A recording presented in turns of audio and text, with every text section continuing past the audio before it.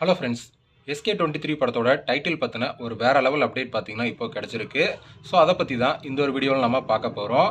அதுக்கு முன்னாடி நம்ம சேனலை இன்னும் சப்ஸ்கிரைப் பண்ணலாம், சப்ஸ்கிரைப் பண்ணிக்கிங்க. வாங்க வீடியோக்குள்ள போகலாம்.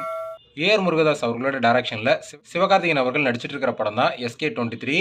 இந்த படத்தோட ஷூட்டிங் பார்த்தீங்கன்னா இப்போ விறுவிறுப்பாக நடந்துட்டு வருது.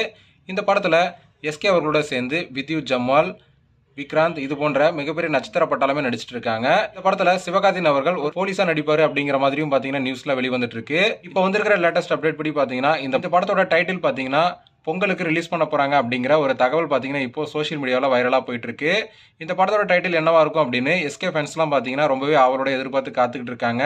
ஏஆர் முருகதாஸ் படம்னாலே டைட்டில் பாத்தீங்கன்னா வேற லெவல்ல மாசா இருக்கும். ஸோ இந்த படத்தோட டைட்டிலும் கண்டிப்பா மாசா இருக்கும் அப்படிங்கிறதுல எந்த ஒரு சந்தேகமும் இல்லை.